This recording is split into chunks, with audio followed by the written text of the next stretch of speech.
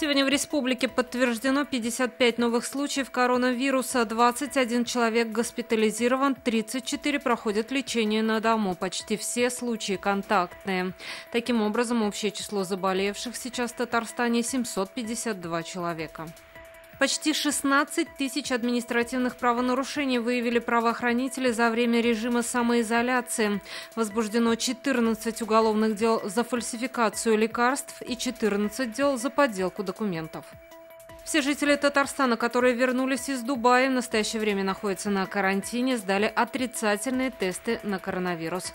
В ближайшее время, как сообщает руководитель пресс-службы президента, прибытие россиян из-за рубежа в Татарстан не ожидается.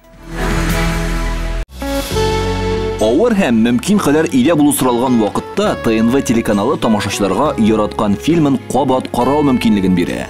Хәзер "Синең күзләр" фильмы ТНВ.ру сайтында бар. Бу көннәрдә өйдә булыйк.